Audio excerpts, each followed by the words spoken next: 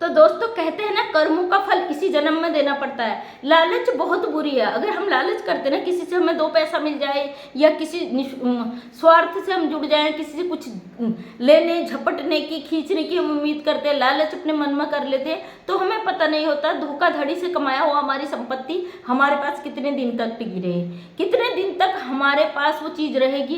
कहीं उसके बदले हमें 10 गुना वसूल तो नहीं करना पड़ेगा।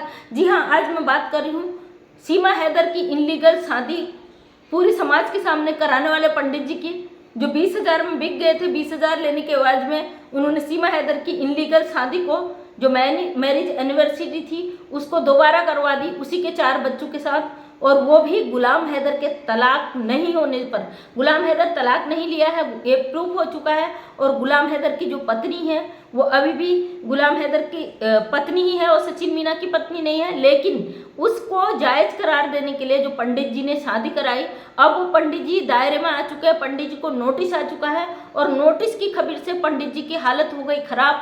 और पंडित जी ने उठा लिया ऐसा कदम कि सुनने के बाद आप या हंसो या रो, आपकी स्थिति हो जाएगी कि क्या करना चाहिए, क्या करें। खास सूत्रों के मुताबिक मुझे पता चला है कि पंडित जी इतना डर गए हैं नोटिस से, पंडित जी की हवाइयाँ उड़ गई और पंडित जी की हालत खराब हो गई। और हालत खराब होने के साथ पंडित जी रातों रात फरार हो चुके हैं। अपना बोरिया बिस्तरा बैग पैक करके पंडित जी चुपचाप फुर हो गए, किस कोने में गए हैं पता नहीं चल रहा। अब उनकी छानबीन की जा रही, लोग ढूंढ रहे हैं, डरे हुए हैं, और पंडित जी हो चुके हैं लापता।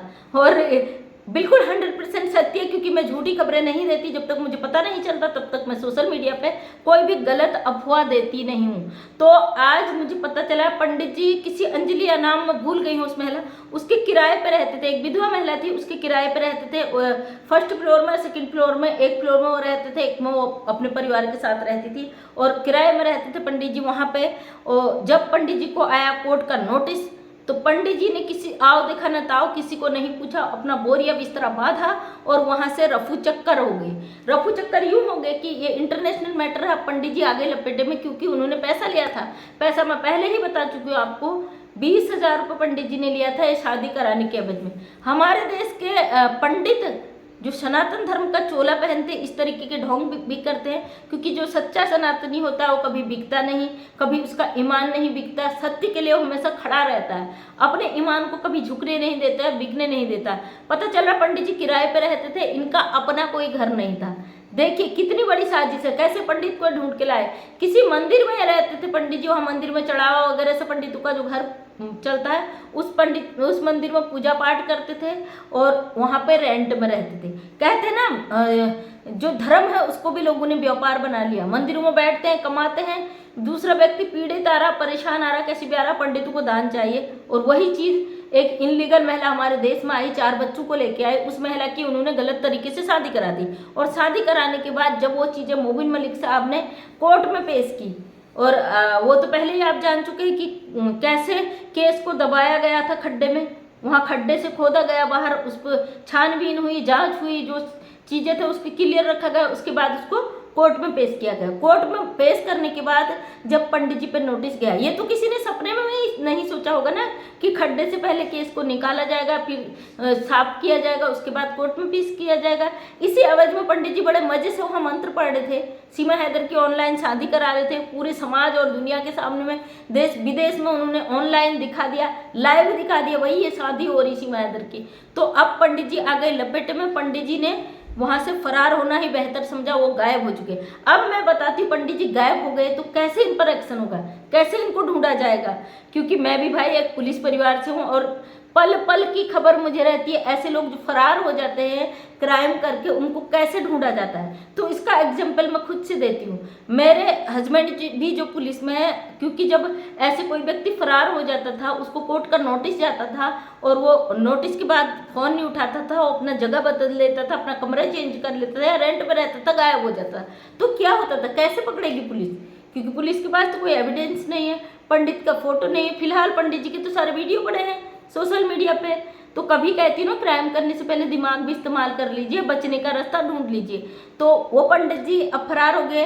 तो मेरे हस्बैंड जैसे पुलिस में हैं, कभी हम उनको कॉल करते थे, वो दबिश में होते थे, क्योंकि मुजरिम को कोर्ट से नोटिस आता था, नोटिस के बाद तो पेश नहीं होता था कोर्ट में, तो उसको वारंट कटता है। फिर वारंट कटने के बाद जब वो नहीं मिलता है तो उसकी फ़ोटो वीडियो जो भी होगी चप्पे चप्पे में लगाई जाएगी, क्योंकि पुलिस का काम, जिस व्यक्ति को, जिस भी अधिकारी को केस दिया जाएगा उसको टाइम दिया जाता है, इतने से इतने दिनों के अंदर आपको इस व्यक्ति को अरेस्ट करके लाना है।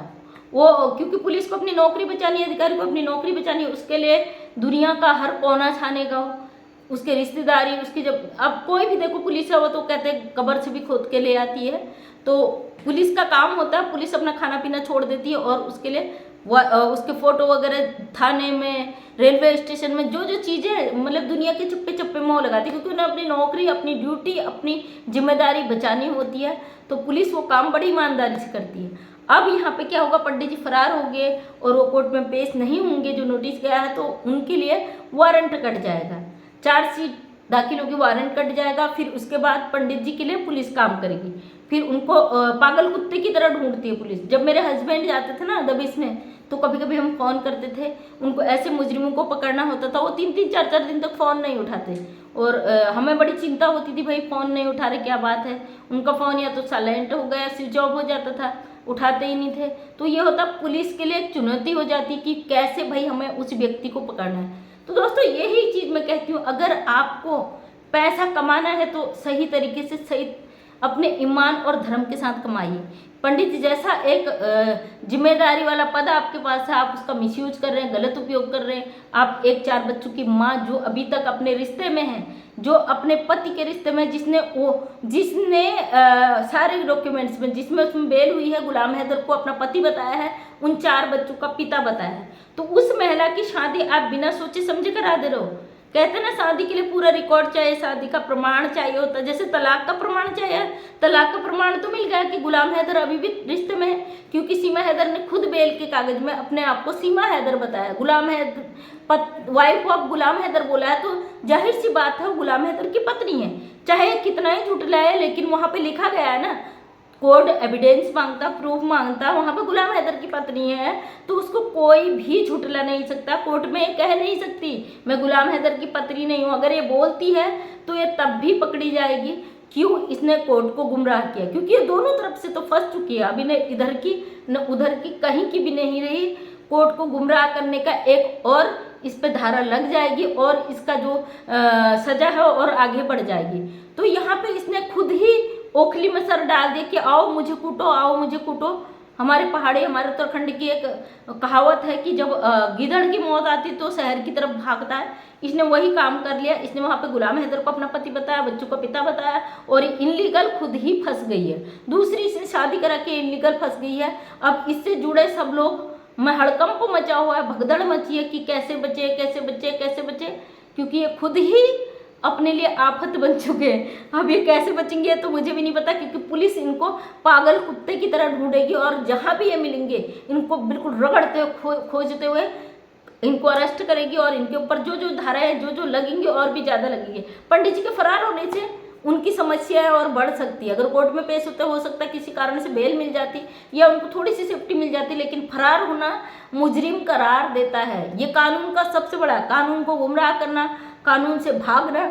अगर आपने कोई गलती की, आप खुद चले जाते हैं, आत्मसमर्पण कर देते ना, तो वो एक घड़ी के लिए आपका काउंसलिंग कराएंगे, आपसे बात करेंगे, आपकी चीज़ों को देखेंगे, आपकी संपत्ति थोड़ी हो सकती है वो कम कर देते हैं, सजा कम कर सकते हैं। लेकिन अगर आप भाग गए तो एनकाउंटर कैसे होता है? एनकाउंटर ऐसे ही तो होते हैं। अगर व्यक्ति भागता हुआ पाया गया, वो इतना बड़ा अपराधी है, तो उसको शूट क्यों किया जाता? अभी बीच में 2 एनकाउंटर हुए थे ना, जो बच्चों का मर्डर हुआ था उधर, मुझे ध्यान नहीं आ रहा, तो उनके 2 एनकाउंटर, एक का एनकाउंटर हुआ था, एक को जेल हो गई। तो अगर अपराधी भागता है, उसने अपराध किया, उसको कोर्ट का नोटिस जा चुका है, वो भाग रहा है, ऐसी स्थिति में पुलिस पकड़ती, पुलिस के हत्थे नहीं आता तो एनकाउंटर कर दिया जाता है। जाहिर सी बात है पंडित जी बहुत बुरे फंसे। लालच बुरी बला, शुरू से कहती भाई अपने धर्म का इतना मिसयूज मत करो, गलत उपयोग मत करो। मैं तो सीमा हैदर से भी कहती हूँ, बेटा सरेंडर कर दे, आत्मसमर्पण कर दे, कम से कम सजा ही होगी, जेल में बच जाएगी। जो इतना गुमराह करेगी ना, इतना पिटेगी कुटेगी, उसके बाद जाना तो जेल ही है, डिपोर्ट तो होना ही है सजा के बाद। तो फिर क्यों इतना नौटंकी क्यों कुट रही है?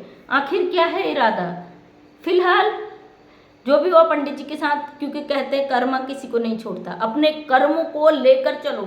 अगर आप कर्म खराब है, आप एक ब्राह्मण पंडित हो, जो मतलब सम्मान जिसे दिया जाता है, जिसके चरण धो के पिए जाते हैं, जो पुण्य और जो कहते हैं ना मरने वालों का भी वो बेड़ा पार करता है, उसे भी तार देता है, और जिंदा व्यक्ति के नामकरण से लेके शादी से लेके जनेऊ से लेके हर काम को पंडित करता है। वो पंडित अगर इतना बुरा कृत्य करता है तो कहीं ना कहीं कर्मा तो छोड़ता नहीं। यहाँ कर्मा बन के आए मोबिन साहब छोड़ेंगे नहीं आप। अब पुलिस का जो डंडा चलेगा, पंडित जी को पता चलेगा इनलीगल शादी कराने का क्या अंजाम होता है। तो दोस्तों, ये खबर आप तक पहुंचाना बहुत जरूरी था। उम्मीद करती हूँ वीडियो पसंद आया। अगर पसंद आया तो लाइक शेयर कमेंट कर दें। नेक्स्ट टाइम मेरा वीडियो देखना चाहते हैं तो चैनल को सब्सक्राइब कर लें। मैं मंजू विश्वकर्मा हल्द्वानी उत्तराखंड से छोटी सी समाज सेविका हूँ। अपने वीडियो के माध्यम से समाज में एक अच्छी प्रेरणा देने की कोशिश करती हूँ। उम्मीद करती हूँ कि आपको वीडियो पसंद आया होगा। अगर नेक्स्ट टाइम मेरा वीडियो देखना चाहते हैं तो चैनल को कर लें subscribe. Thank you so much, तहे दिल से धन्यवाद।